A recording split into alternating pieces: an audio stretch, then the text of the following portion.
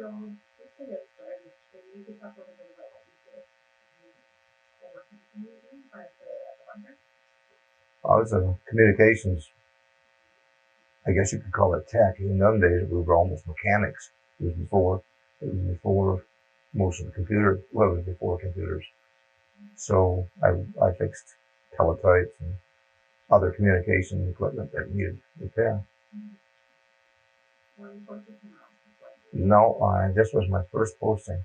I came direct here from my trades training in Kingston, and this was something else. Remember the first day I got here, it was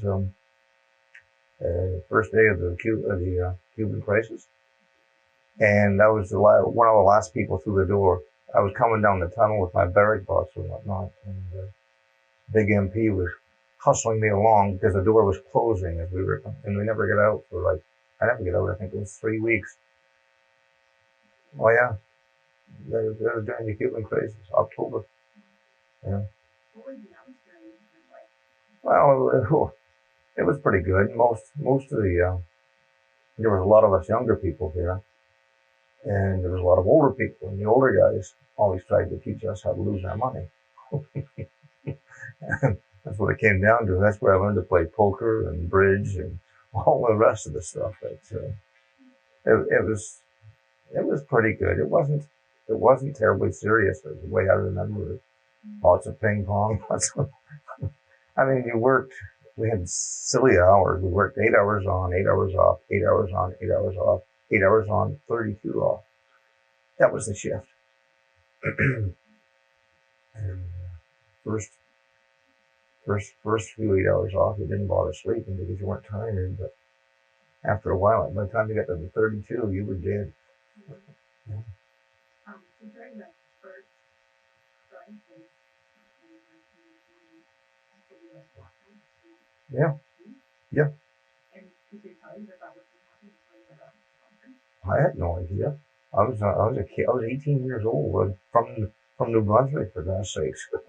I walked in here and I think I was getting sunburn on the roof of my mouth from looking at the big, it looks so small now, but then this was an amazing, in '62, this was an amazing building. It was, just, I was awed, if you will. No, not until I got in here. This was, my posting was in Carrick, Ontario, and what the heck, eh?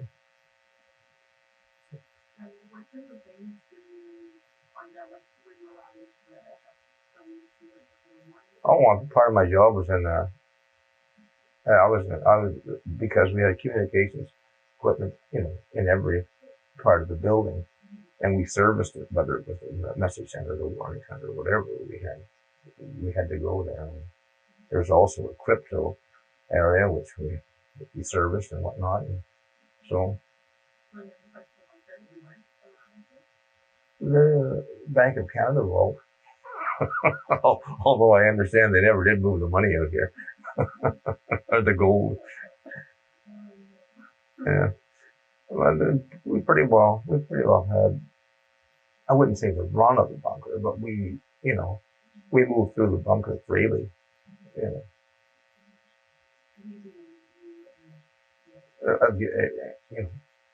People who we lived in here. We lived in here. It was your home sort of thing. I lived here until we got married in '67. I lived here basically in that bunker until '67. Yeah. Oh yeah, yeah. I remember a guy. He's dead now. Jack Dixon. Always shaky. He was always shaking. But he was a good technician. But he'd come in, he'd park his car out there in the fall, and he'd come in and stay.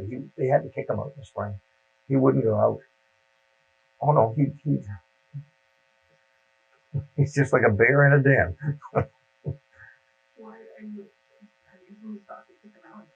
Well, it becomes people see that a man never leaves the site. It becomes a problem. So.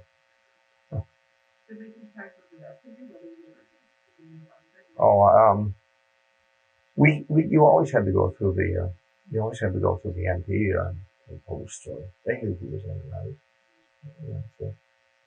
And most people left when they could, whether it was to go downtown to see a movie or to girlfriend or play pool, whatever. We went somewhere, or just to walk down the curb. There was a restaurant down there. We used to go down and soft drinks or whatever. Yeah. And it's interesting though. That's when I got my nickname. Well, I was playing poker with after I had got rid of most of my money and I learned how to play. And this one lad was a really good poker player. He's from Montreal. He was taking French lessons here. Excuse me, English lessons. And one night he said, "You spooked me," because I really could get to him. I could bother him. And he used the word sort of improperly, but he did. So it stuck. I was de-spooking and just playing spook. That was 1962, October. Oh, yeah.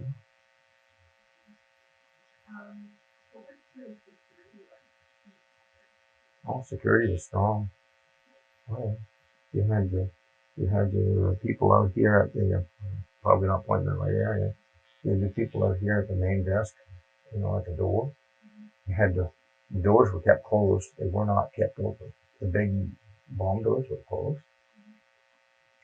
You had to come through the MPs out at the guard shack. There's no other way in. Yeah, it was very impressive for that time.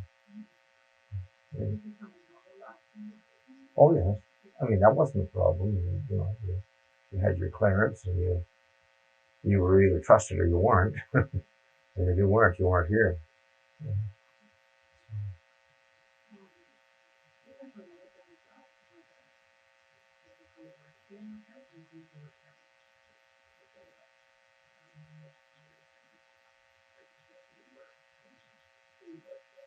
Oh, what's the law of people here? Oh, sorry, but well, a typical day. We worked shift work. We worked days, evenings, and midnights. And so, and you were on a rotation. And I don't remember. It would change all the time, but we did. We did. Everybody worked shift work. Well, we worked in well. I remember one part about the day. I was on a workbench between two smokers, and I didn't smoke. I've never smoked. And the workbench wasn't probably any bigger than this table we're sitting at. And I was in the middle, and there was one on it, and it was chain smokers. It was really, that was really, I really appreciated that. But you know, it, things like we did routine maintenance. If there was nothing broken, we would take stuff out of service, put something back in, and then maintain it. If there was a fault, if there was a call, you'd go and either fix it on the spot or replace it. There's all sorts of interesting things going on. There's always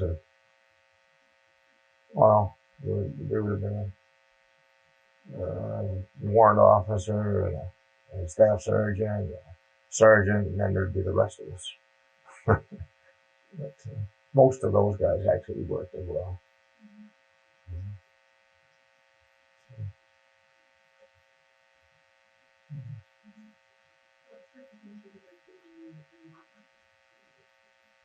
Well, we had a really good ping pong table down in the main lounge, just outside the eating area. We had dart boards there as well, so we played darts and ping pong a lot. Played bridge, right? We played bridge. Bridge was quite big in those days. We played poker. Yeah. That's what we did in here. Outside, of course, we went to Ottawa. There was a bus coming and going at the end of each shift. So anybody here could hop on the bus and just run into Ottawa. I played pool a lot down there. So go down maybe play pool for 3 or 4 hours. And just walk around and then get on the bus and come back or something. It wasn't a lot to do. But you're not from New Brunswick, it wasn't bad.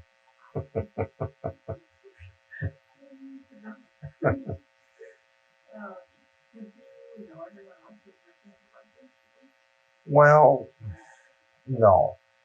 You knew everyone you worked in your dedicated area, and you knew the rest of the people by sight and by name, but you didn't really, most of the people that you hung out with were either the people you actually worked with or the people you played with, like the ping pong or the bridge or whatever. But so you got to be pretty good friends with. And there was a mix of people, but and so it wasn't as if we kept to ourselves. It's just that most of the people you hung out with generally were people you worked with. It's natural. But other people came into the mix too, because like on the poker or the bridge or whatever. And it wasn't like all the privates would stick with a singular, and then they would stick together. It was like you played bridge with sergeants and corporals and whatever. So it was just it was pretty friendly that way, easy. As long as you kept your nose clean and did your job, it was a good place to be.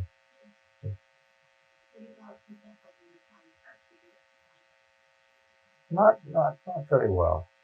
You knew people who ran. There's two garages here. Um, One's now called Vance's out there on and the other one is just down at the corner here where the forest and before they stopped. Knew the people in the garages and knew the people that ran the restaurant. It was a little restaurant now. I think it's Chinese or something like the spot that comes through the day. That was a little sort of a cafe or whatever. They had stools at the bar. You went there and get a Coke or whatever. Knew those people and talked to them. Generally, the public, no, I didn't. I know that Dave got to know quite a few of them, but Dave's that kind of guy. They asked you to remember from your interview. Yeah. So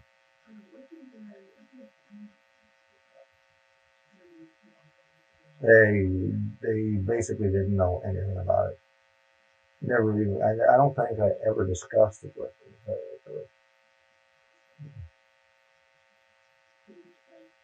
No. I mean, it wasn't a matter of not want, couldn't. It just never came up. I'd see them about once a year, and I didn't get along well. I got well with them anyway. Okay. Sorry about that.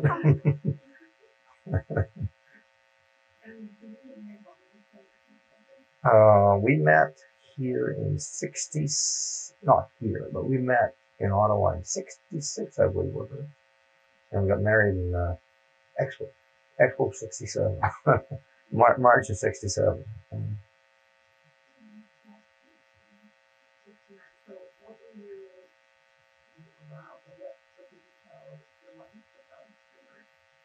Should probably tell you not much. A lot of our work, truthfully, a lot of stuff that I did in my life was classified, and I'm not making that as a big deal. It's just the way it is, and the equipment you worked on, you don't talk about. It's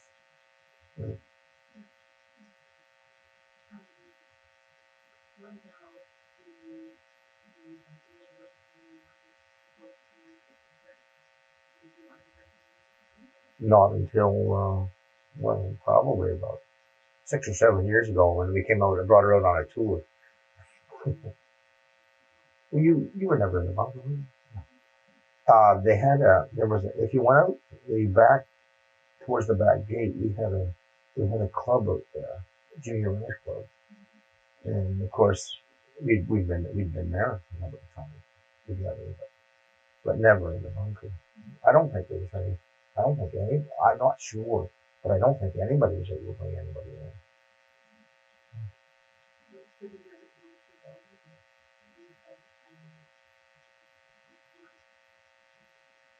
No, I'm sure that they did come out for tours and that, but I was never privy to any of that. I either be working or sleeping or gone somewhere. Yeah. And people kind of very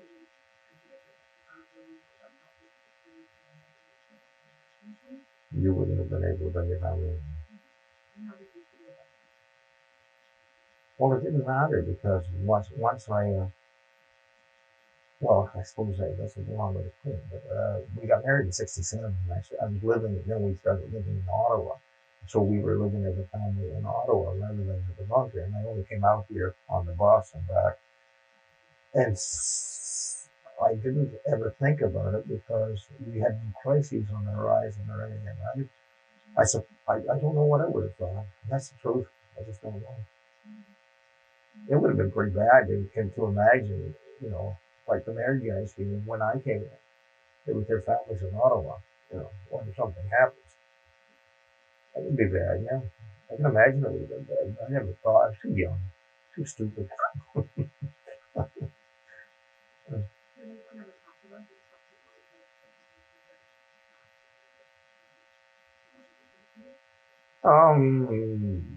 I suppose we talked about it because of the, you hear the news on the radio and whatnot, you know, so you know what was going on. You can't be told to get them out or else. So that's, but like I said, most of us are too young and stupid to worry about it. Hey, live for the day. No, seriously, that's a lot of, when you're 18,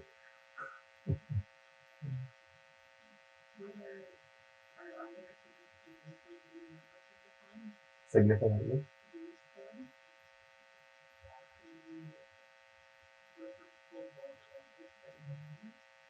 Not particularly. My memory is general about that. I know about what went on, but I don't have, no, I don't have particular memories of that.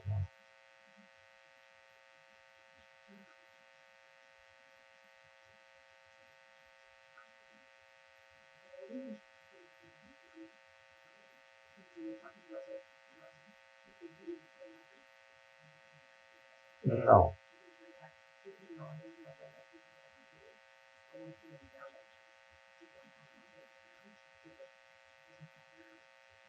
No, I never knew anyone like that.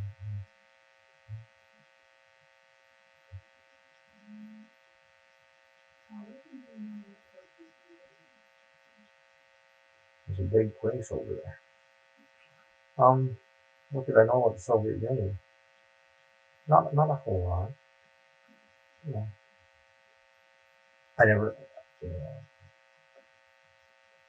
I knew where it was, and I knew who was the head of the, head of the Soviet Union and whatnot. But I didn't know a lot about it.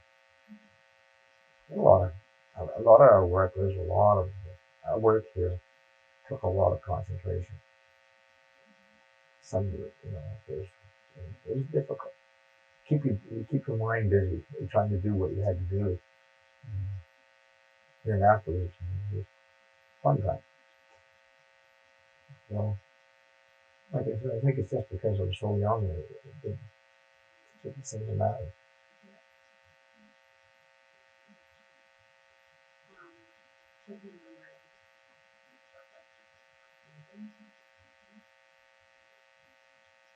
No, I mean, they were always you know, the Reds, and they were the bad guys, of course, in everyone's mind. But I don't remember any particular thing from that era.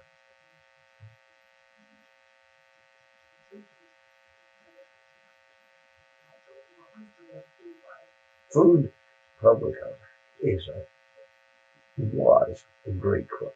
He probably still is. I remember him, and he probably told you about his pal Archie. And I probably told her Archie. And there was a French guy named Norman. I forget his last name. I forget Archie's last name. Some Prince Edward Island, I think too. But the food here was terrific. We had a sergeant who was the mess manager. That was later on, not when I first got here. he was a terrible person, but he was a great manager. And we had choices like you go down to the mess hall, and you could have steak, or you could have chicken, or you could have the meatloaf. And the meatloaf was usually taken because it was so good. Oh, really? Oh, yeah. I mean, it was excellent food. I never had a complaint ever about food here. Yeah. Were you ever there many holidays?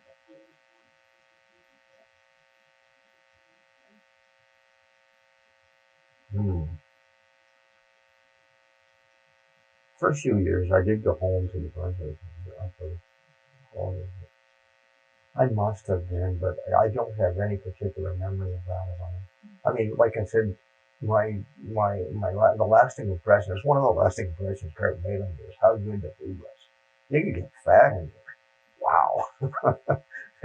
those guys really did knew what they were doing. Yeah.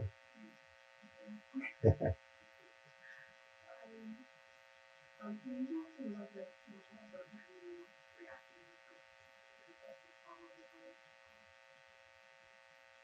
the I was my thoughts on that was I was a little worried, not very worried, but I was a little concerned how the East Germans would take that, but it seemed like it was the time because they just sat back and let it happen. But, it's long past due. So,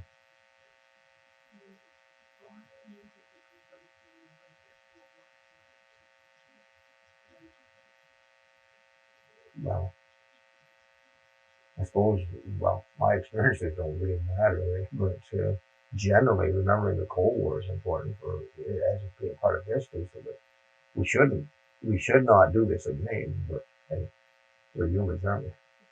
And we shouldn't go there again. But now we don't have a Cold War, we have the terrorist actions. It's completely different.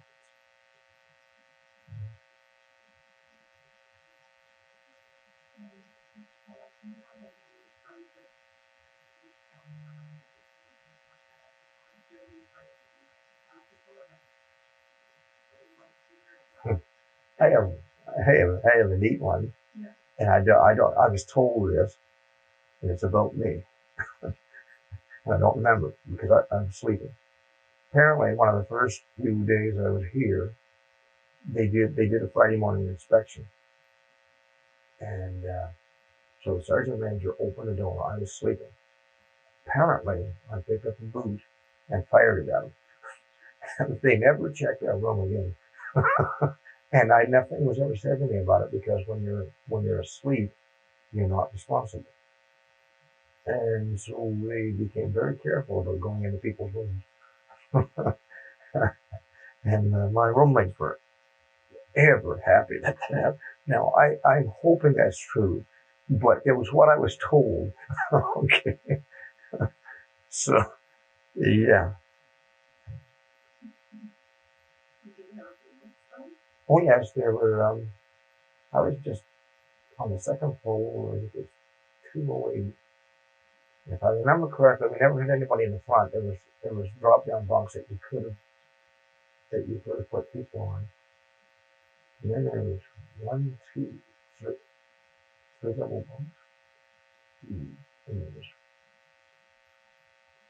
I think there was 8 or 9 of us in the room. Yeah, yeah. So it reminds me, one of my roommates, a guy I've known for years, haven't seen him for years. He's still when I lived in Newfoundland. He'd always come in. He'd be quite loaded. Wake me up. Come on, we're going down to it was called the old Vienna, I think, restaurant. He wanted chips and gravy. And this was in Ottawa. And I didn't have a driver's license at the time. So I'd drive the car. Take him in for chips and gravy. He'd wake me up for that. Well, he couldn't drive. He was loaded. Hey, what the heck, eh? Well, better than me without a license than him with. Yeah. Yeah. Oh, well, there's a lot of funny things that happen, but all in all, it was a good experience. I liked it. I enjoyed it. I was also glad that we voted. Yeah. Enough is enough. 7 years is enough. Well, actually, it wasn't 7. It was 5. 5 years is enough. Yeah. Oh, yeah. But I didn't. I didn't try to stay in like Jack.